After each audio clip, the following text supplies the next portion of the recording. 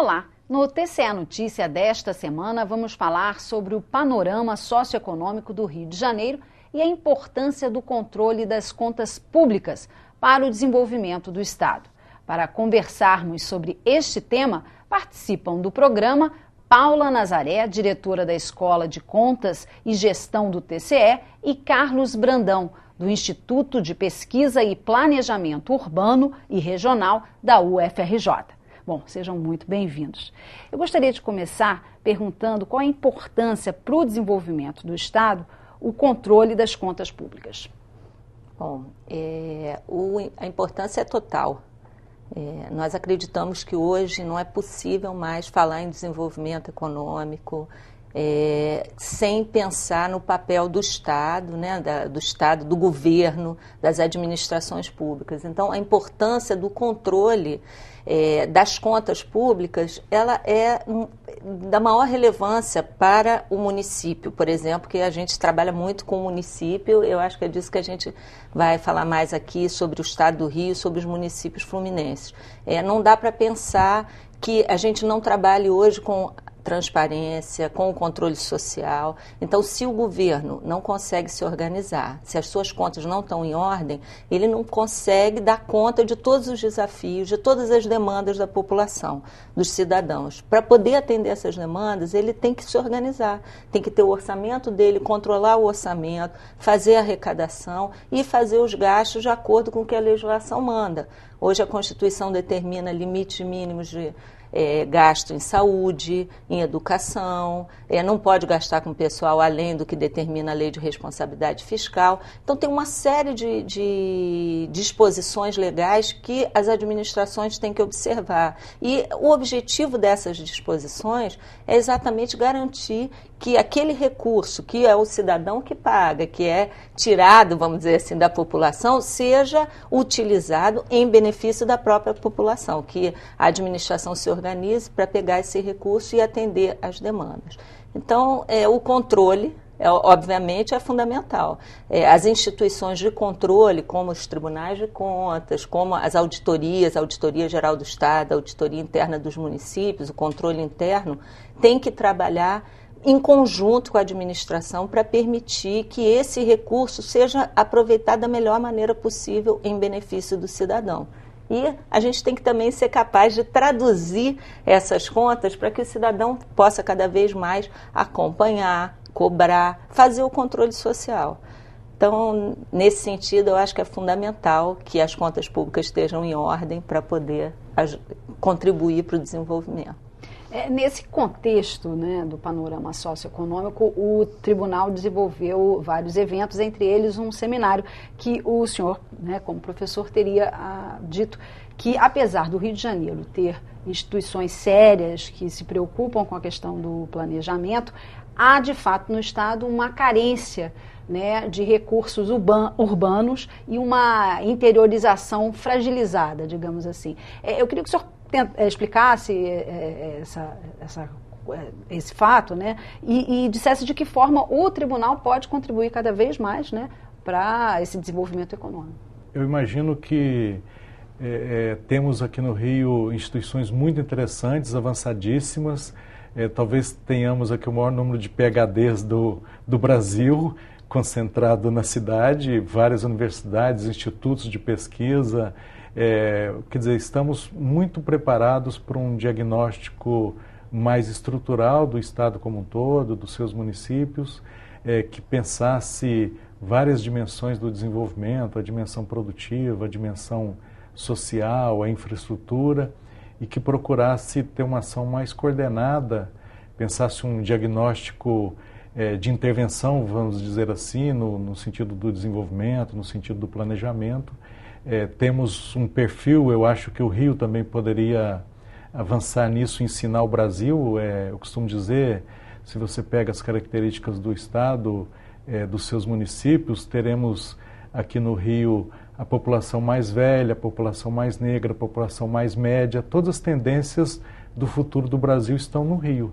Então o Rio poderia, além de se coordenar melhor para uma intervenção mais interiorizada, que realmente articulasse o desenvolvimento do Rio de forma planejada ao longo do tempo, pensando o futuro, também poderia, eu acho, que ensinar o Brasil como pensar o Brasil do futuro.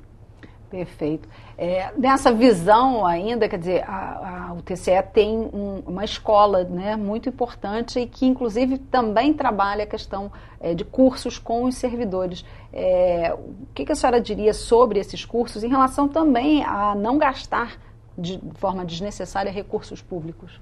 Bom, a nossa escola, que é a Escola de Contas e Gestão do Tribunal de Contas, ela foi criada, e ela já existe, né? Vamos fazer agora 10 anos, no ano que vem, a escola vai ter 10 anos de existência, mas a ideia básica é que a gente faça a capacitação dos servidores do tribunal. Mas ao longo do tempo, também cada vez mais, o nosso público-alvo, que também são os servidores do governo estadual, de todas as empresas públicas do governo, autarquias, fundações e dos 91 municípios do interior que estão sob a jurisdição do tribunal, essa nossa vocação, essa nossa missão de fazer a capacitação desses servidores também foi se fortalecendo ao longo do tempo. Então, hoje a escola trabalha arduamente para fazer a capacitação do nosso servidor, prepará-lo para que ele possa desempenhar bem as suas funções de fiscalização, de auditoria e também no interior. Né, fiscalizando e orientando.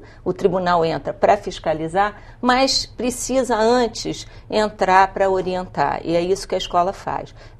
No ano passado, só para dar uma ideia, em 2013 nós fizemos emitimos mais de 9 mil certificados de capacitação aqui no estado, e isso envolve a realização de cursos na nossa sede em Niterói, aqui no tribunal para os servidores do próprio tribunal e cursos interiorizados. Nós fazemos muitos cursos itinerantes, nós temos um programa chamado TCE Escola Itinerante, são em torno de 1.500 servidores capacitados por ano nos municípios do interior, em cursos como controle interno, prestação de contas, orçamento público, economicidade em compras e licitações, como fazer licitações. Então, a gente vai ao servidor para ensinar, vamos dizer assim, ou para trocar ideias, porque a gente aprende muito também na capacitação que a gente faz sobre a realidade fluminense, mas também a gente vai para dizer, olha, a legislação manda fazer assim, o correto é fazer assim, como é que os órgãos de controle entendem que seria o mais adequado,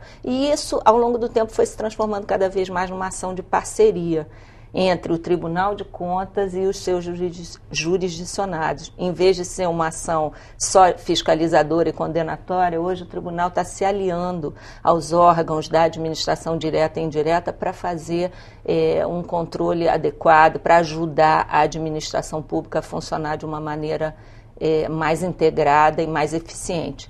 Além dos cursos, a gente também realiza outras atividades de capacitação, como as palestras, os seminários e encontros técnicos, debates, como esse que a gente promoveu. A gente tem um projeto na escola chamado Tarde do Saber, que periodicamente a gente convida professores, especialistas em temas específicos e servidores da casa para apresentar, né, para o pessoal de fora o trabalho que é feito dentro da nossa casa, e para os nossos servidores outras visões, outros conhecimentos que possam aprimorar e alargar os nossos horizontes, aprimorar o nosso trabalho, como foi o caso do professor Carlos Brandão, que foi, né, numa ótima tarde do saber, nos falar sobre o panorama socioeconômico do Rio. Em relação à dependência do Estado do Rio de Janeiro à economia, à indústria do petróleo, quer dizer, de uma certa maneira isso revela um pouco essa falta de planejamento que o senhor disse no seminário? Sim. Eu penso que é mais uma questão que o Rio pode mostrar ao Brasil. Essa é também uma grande questão do debate brasileiro, o chamado a especialização em recursos naturais, em commodities, o debate todo que existe entre os economistas, principalmente do chamada maldição dos recursos naturais, ou doença holandesa, que significa, o que significa você ficar se especializando cada vez mais e ficar preso, vamos dizer assim, a uma especialização que a gente chama de regressiva, que pode ser desindustrializante, que pode, na medida em que você direciona todas as suas forças produtivas, sociais, políticas, no sentido de uma especialização muito grande no petróleo, por exemplo, vários países, regiões do mundo passaram por situações muito difíceis, porque você pode ter uma tendência a não desenvolver as suas oportunidades de outros setores, no sentido ciência e tecnologia, por exemplo, ou avançar, como eu defendo, no sentido de uma industrialização mais no sentido da oferta de bens públicos. O Rio, por exemplo, tem opções muito interessantes no complexo saúde, tem uma altíssima capacitação, ou mesmo de reindustrialização e de adensamento de cadeias, de ter uma política industrial, voltando à questão anterior, mais interiorizada, mas para isso precisa ter uma preocupação grande com a especialização, porque desenvolvimento também significa diversificação produtiva, diferenciação social, interiorização, e então é um risco muito grande que por isso que é chamado de uma certa maldição.